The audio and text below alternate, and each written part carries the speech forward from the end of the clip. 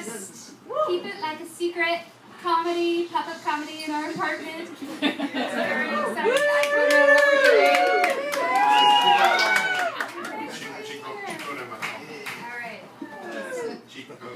Alright. And we are going to have New York coming to us live, a set from a New York comedian, in about 5 minutes. And we'll officially start our show. Well, I'm very, very excited and honored to introduce your first Portland Live at the Apartment comedian. She's everybody's best friend. Greatest woman that ever walked the streets of Southeast Portland. Give it up for Jenna Zine.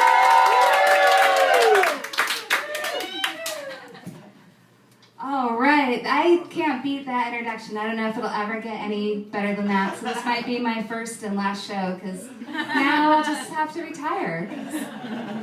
I got a New York comedian to say, hey. So, welcome you guys. Thanks so much for being here. This is my set. Have you ever seen something that you just desperately wish you could unsee? That is the problem I'm having with my bathroom floor, and it is getting very awkward. You might have had a chance to see it already. It is disgusting.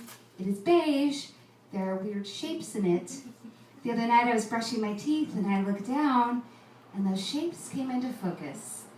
And I was sitting there, and I'm like, huh, that looks like a dick. And now I cannot unsee that penis for the life of me, and it is getting very awkward. Because now I have to be really careful when I walk in there, and if I step on it, I'm like, did I just cheat on my husband? If I'm wearing slippers, is it safe sex? Is it weird that I want to spend more time in the bathroom? Either way you slice it, now whenever I go in there I feel kind of slutty. But I like it. But I'm trying to make peace with it because it's my life. And so now whenever I walk in there I greet it and I'm like, hey buddy. And the other day Larry was walking down the hall and I'm like, hey, and he's like, I just saw you in the kitchen. I'm like, no, I'm not talking to you. I'm talking to the penis in the linoleum. He's like, oh, of course you are. Why did I marry you? I'm like, because I can see penis shapes in everything, and that is a life skill that you and I may want to share as we get older. I like this stack in this crowd, man. I'm never going to do anything anywhere else. So I plan events for a living, such as this one. It's a job I made up, and it's going really well so far. And I just booked a comedian for an event I'm doing next month, Wednesday, May 4th, Wednesday, May 14th, in Mission Theater. For this event I'm doing next month, and I really love his work. We've been chatting on Facebook.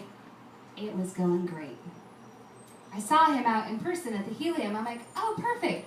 This is a lovely opportunity to introduce myself in person. This is what I said.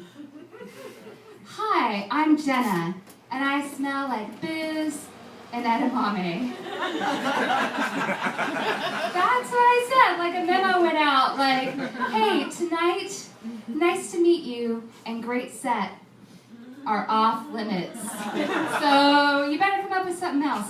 And so that's what I chose, and I was standing there, and in my mind, I was just like dying. I was just like, it was so horrible. My brain was like, no. And my mouth was like, yes. That's exactly what we're doing. Freedom of speech. Fuck you. And it was off on its own. But this guy was just so lovely and so gracious, and he gave me a hug. He's like, you know, Jenna, there's a lot of smells out there. Those are 2 really good ones.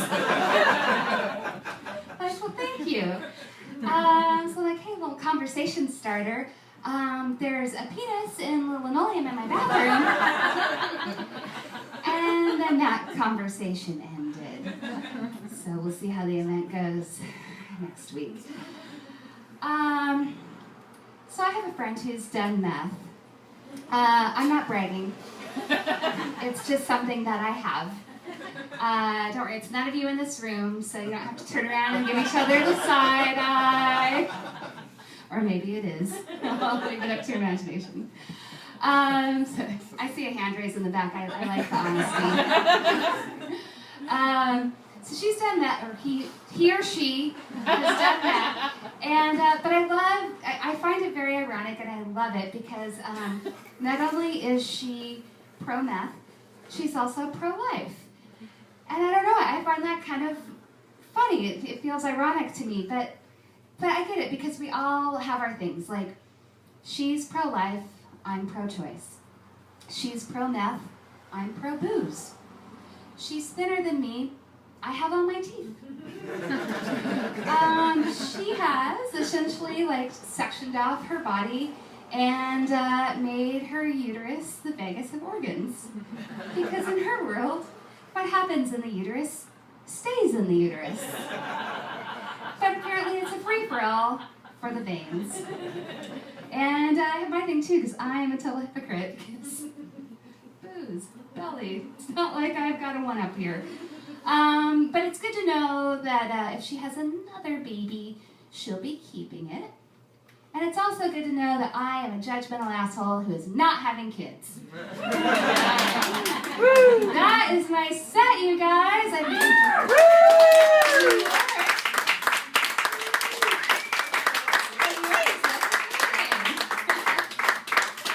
Shut this just for a little mood lighting. Now we got some privacy.